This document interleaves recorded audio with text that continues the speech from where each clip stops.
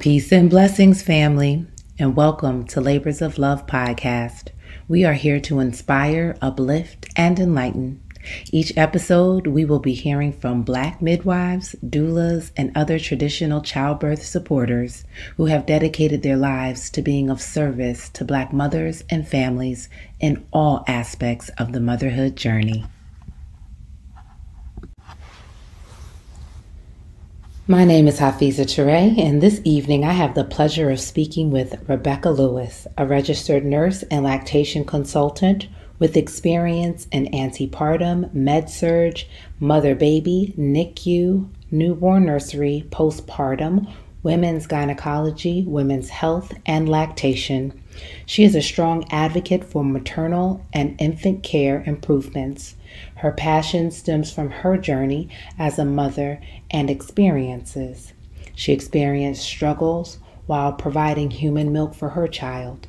This led her to realize that parents need more access to resources regarding infant feeding. Rebecca believes in holistic care and assisting the whole family to help address more than just the one particular concern. Her goals are to help improve the infant feeding disparities and rates within the BIPOC community. She has started Little Ones Lactation Services to provide a wide range of services to help advocate and improve maternal and infant mortality rates.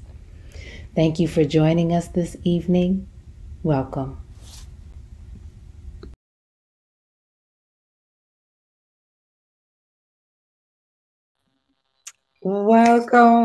Welcome.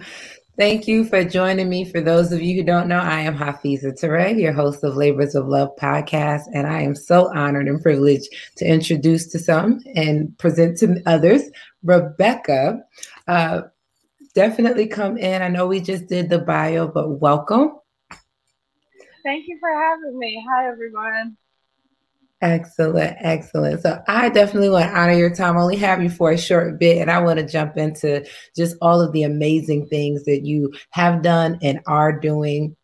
So what really, for you, began this journey of supporting mothers and families? I would say it started in regards to my own process of having a child and realizing the lack of support and the lack of information or resources that I had available to me during that time of pregnancy, childbirth, and even parenting. So thinking of ways to better help those in my community and others get the knowledge they need to start off on a better front than I felt I had going into those experiences. Yeah, and that is so significant. So, and speaking of, your own experience, it's interesting because as a community, I always ask the question of like, when did you come into the understanding of, this work and the support that mothers need, and like even as a pregnant individual, a lot of us, including myself, didn't necessarily understand what this undertaking was from conception to motherhood in a sense. So yeah, so I can definitely relate. Right. So upon on your path, and after you went through this yourself, at what point did you know like this was your calling to get into the breastfeeding, the lactation support, and really to move forward with founding, Little Ones and that aspect of it? I would have to say it was, I started my nursing career working in med-surg. It was something that I did not enjoy. I was a mother as well. So I would say once I transitioned to working in the women's health area is when I found out in regards to lactation consultants, because for my own birth, I never saw one. So I didn't have that experience or know about that assistance that was available to help me through the struggles I had with breastfeeding. So learning about that and meeting some very amazing lactation consultants who helped me learn about what was all entailed in that field. And I went down that path, and I have loved it ever since. Yeah. So are there any like key things that you felt that if you wish you would have known before beginning this process, or are there certain things that you would share with women considering conception that you learned once you got on this path? I would definitely say that knowing what is normal is what's important. So a lot of times I think we have a lot of myths that are out there, or things that we've heard that are not necessarily true. And you go in with these expectations that are not necessarily realistic. So I'll put it in the aspect of breastfeeding. I was so used to seeing people feed with bottles in certain areas that you see these volumes, so you believe that's what your baby is supposed to eat when they're newborn. They really eat just a little bit, and you have to go by their cues. You just wait for them to tell you that they're hungry and feed them. Whereas I'm just thinking, oh, I have to feed my child. They're starving. So I've learned so much that I'm like, hey, if I knew that before, I wouldn't have been so concerned early on in our our human milk feeding journey. Wow, wow. Yeah, no, that's definitely key. Like you said, what is normal? And I know that there's like different kind of diagrams about how big the baby's stomach is. It's like, it's the baby's small, so the stomach's small. So like you said, the idea of the bottle feeding, you want them to finish a bottle, and that means that, they're done. But and just speaking from my own experience, breastfeeding is very different because there's no like you don't know how much they've had. You just know like, okay, they come off, they're good until next time. So I think that's very I important. agree. It is harder to tell. Yeah. So and just the other thing about normalizing it, you mentioned like really only seeing bottle feeding primarily. And I know just from my own experience, recalling just the fantasy of what, this motherhood journey was going to be, the Mm-hmm. idea of hospital setting and, not really seeing people breastfeeding, for that to be a normal thing, like, oh, I can do that. And really not until getting into it and finding out the benefits of it and saying like, and I had the benefit of my mother breastfeeding. So it wasn't something so far fetched. I didn't see it, but it was something she reminded me, that she did. So it was like, okay, well, that's what we do. But just normalizing that process.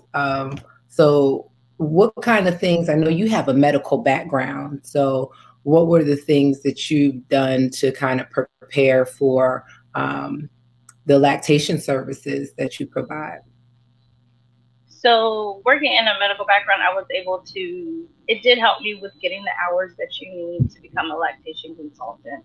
Because depending on what pathway you decide to choose, they require you to do a certain amount of hours of hands-on experience to sit to take the board exam.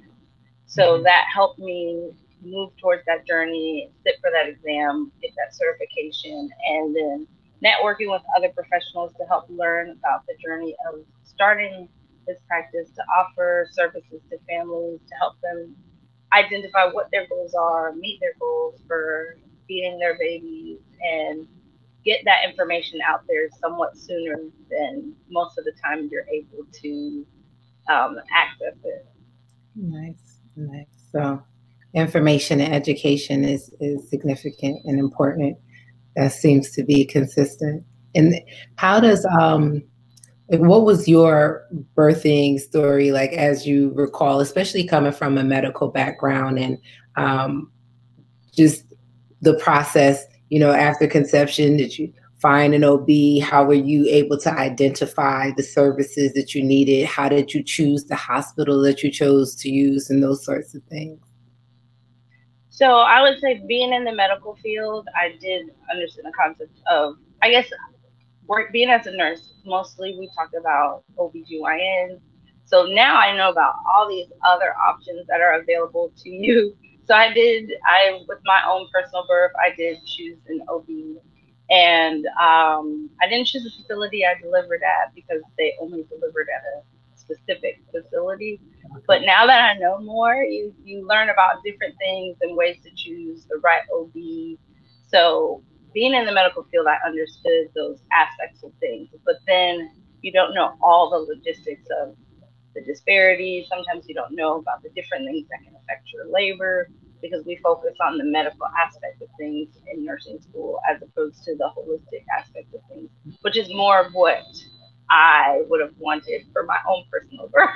But Okay. so now that I know more, I'm able to give that information to others to share that information. So you do know you have access to other resources like midwives, and there are different types of midwives, and that you don't have to deliver at a hospital. You can have a home birth, they have birth centers.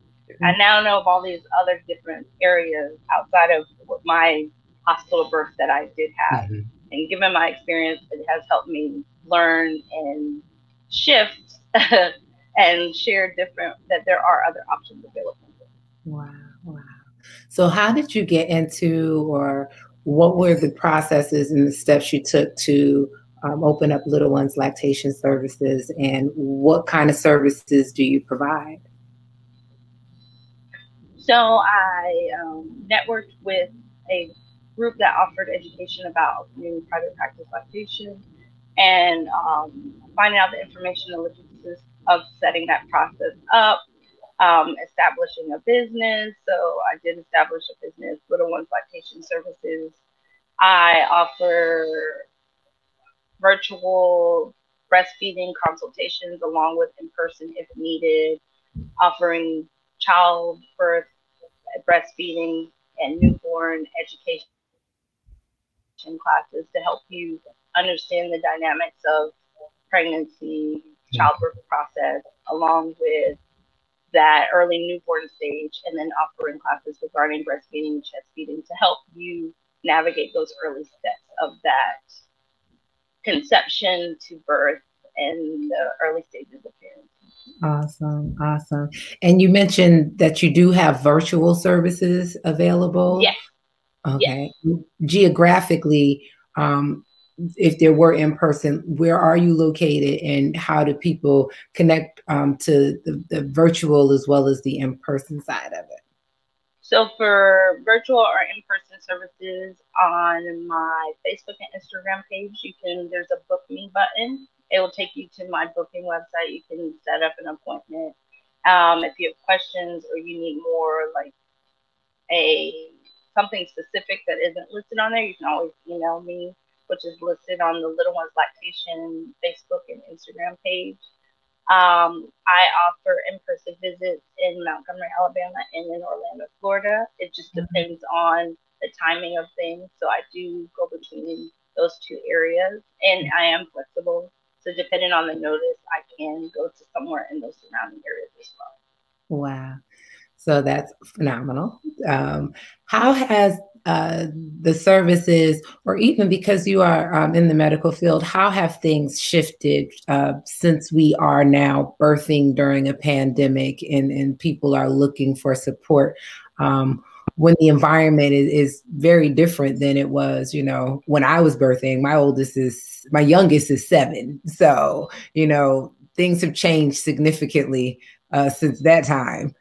So how has that impacted, just the process, the experience from what you've seen?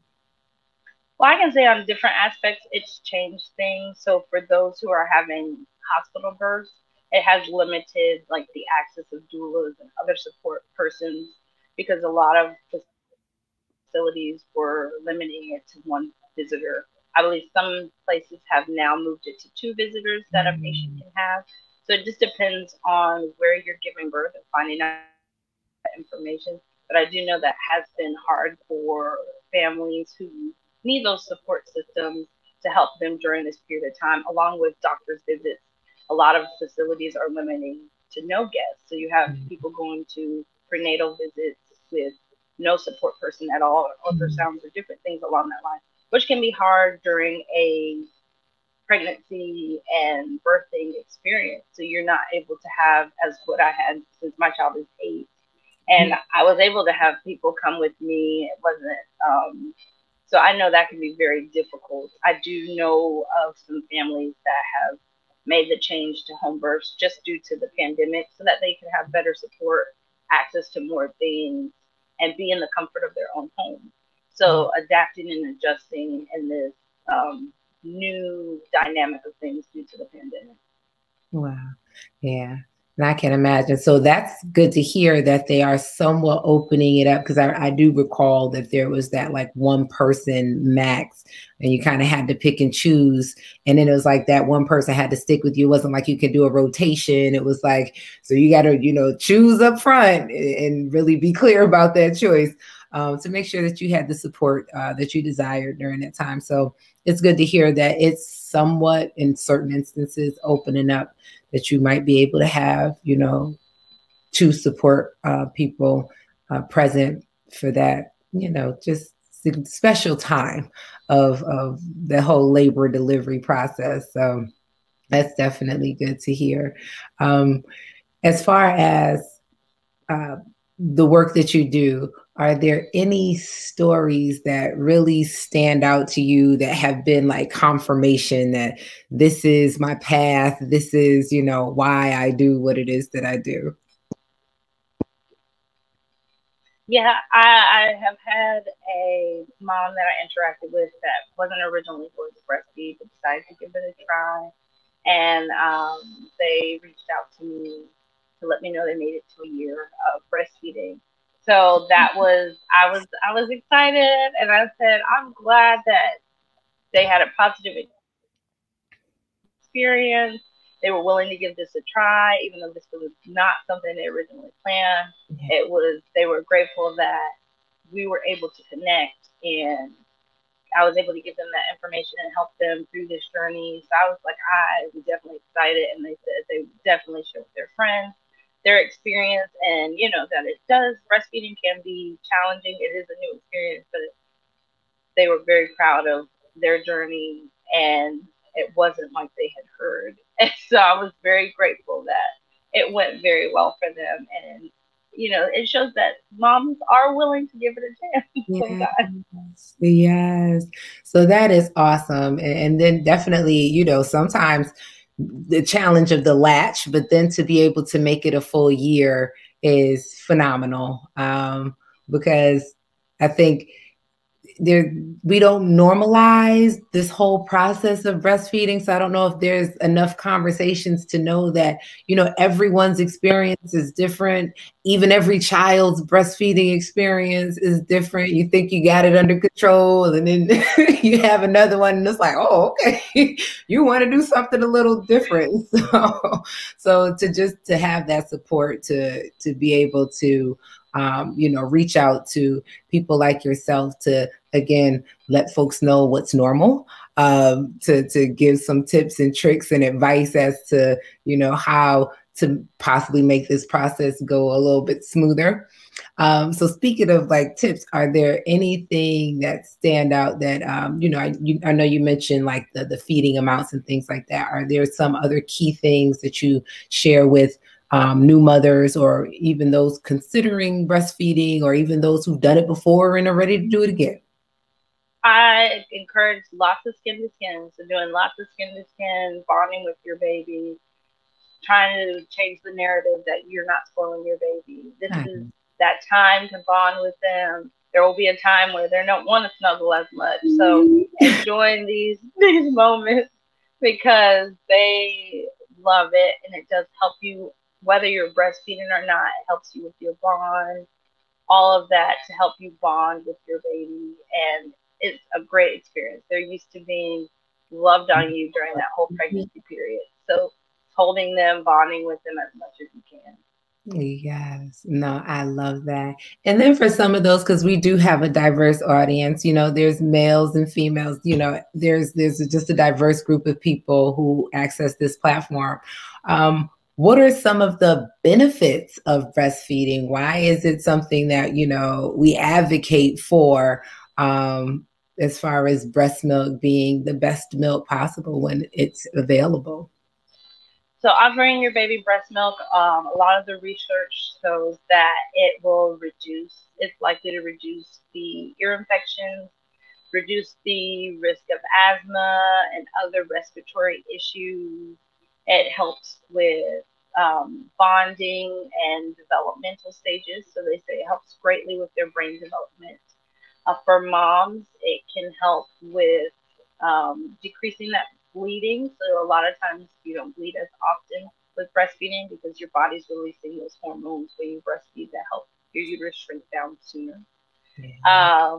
So it has lots of benefits for mom as well, or parent, that birthing parent, that they can have a decreased risk of osteoporosis, decreased risk of diabetes for mom and baby. So you have lots of these things that can be decreased. So they're not necessarily saying that it won't happen, but a lot of times it decreases those risks and those chances to you or your baby for different health benefits. And they like to say that it helps in that first stage with the colostrum, gives them lots of different antibodies, antivirals. There's so many things in human milk, and some haven't even been studied. So we're still learning about new things that your baby's getting from your breast milk or your milk to help protect them from lots of different things through their life journey. Wow, that is amazing. And just like there's so many properties to it, I find that it's interesting that the mother produces the perfect cocktail for the baby, right? And then the idea of, if you get the sniffles or something's going on, like your body produces like the antibodies or whatever is necessary to fortify the baby's pure immune system. So there's just so many fascinating things about breastfeeding and the values and the benefits of breastfeeding. If people want to know more about, what you're doing and get in touch with you, and, is there a website, Facebook page, groups, or anything of that nature? So you can follow me on Little Ones Lactation on Facebook and Little Ones Lactation on Instagram. You can also email me at rebecca@nurserebecca.org if you have any questions, concerns, different things like that. I have lots of great information, sometimes resources, depending on if you're looking for help in your local area. So connecting you with people who can help you, whether it's doulas, lactation consultants, different things that are local to you.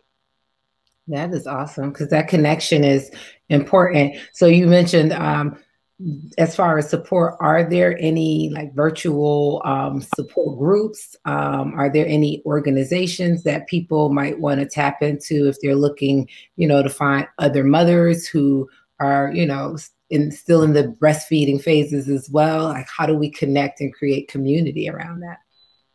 So I know on Facebook they have lots of different breastfeeding groups, depending on, some are local based, some are non-local based. Like the Leche League has different breastfeeding groups for ones locally. They have services worldwide, so you can definitely find a group that is specific to your location, or just join their groups to get lots of breastfeeding information. Some are meeting virtually, some are not, just due to the pandemic. So definitely finding out different ways to connect with other moms who are providing human milk to their babies.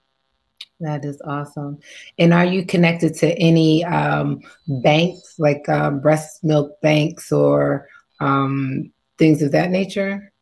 So I'm not connected to any milk banks, but I do know in Alabama, they have the Alabama Breast Milk Bank, which is in Birmingham, that has information. You can go to their website about donating breast milk if you're interested in breast milk. And then they have the Florida Milk Bank that also, if you're in that area, you can contact them in regards to becoming a donor and donating breast milk. So depending on where you're located, not every state has a milk bank, but you can definitely look out for one in your area or find one close by and find out ways that you can donate breast milk if you're able to. That is awesome. And as far as payment for services, does insurance typically cover the services you provide around lactation? Are there certain things that may be out of pocket? So there are certain things that may be out of pocket. Some insurances cover, but depending on what state you're in, some do not cover certain things. So it just depends on what your insurance is, finding out what they cover, what services they cover. If they do not cover it, we do provide like a super bill so that way you can submit it to your insurance and possibly be reimbursed for different services that you receive. So that is something that is possible, just depending on if your insurance doesn't directly cover the services that we offer. That is awesome. That is awesome. So I just want to, give everyone an opportunity. I'm grateful for you coming on and just sharing just such a wealth of knowledge from your experience and what it is that you're doing moving forward. I definitely want people to be able to connect with you. So we will be posting your Instagram and Facebook as well as website information that's available. I'm grateful for this conversation because, again, just the importance of having this dialogue and really normalizing what it is that is, just so healthy and is natural, and even may be challenging at sometimes, but there's the support like yourself that's out there so that we can, figure out what works and what's in the best interest of mommy, baby, and family. So with that, are there any closing remarks that you have before we say goodnight? I would just say definitely look out for information and resources in your area. Know that there are things that are out there and available to you. Lots of places, even myself, we offer free options sometimes, not always all the time, but check out those options and information. So that way you can find different resources available to you in your community to help you on your experience from conception to parenting. And that is awesome, awesome, awesome. And again, so greatly appreciated, Rebecca Lewis, for the work that you're doing, Little Ones Lactation Services, for the support. And like she mentioned, there's also virtual options if you're in Alabama, if you're in Florida. What part of Florida did you mention? Orlando, Florida. Yes, definitely reach out. We appreciate just your wealth of knowledge and the support that you're providing. So I would love to continue to stay connected and, continue this dialogue. I'm sure there'll be some overlapping opportunities, but just so valuable. And I appreciate you accepting the invitation to come on this evening and share. It's just, it means a lot, and it's just valuable. Thank you so much for having me. I really appreciate this opportunity, sharing and providing information to families that need it. Awesome, awesome, awesome. And I want to thank the audience, everyone, for joining us this week. Please join us back here again next Monday at 9:30, where we will be speaking with another supporter of mother, baby, and family in some way, shape, or form on this motherhood journey. Grateful for this platform. Thank you for Calfani Radio. And, thank you again, Rebecca, for joining us this evening and sharing your story. Take care, everyone. Peace and blessings.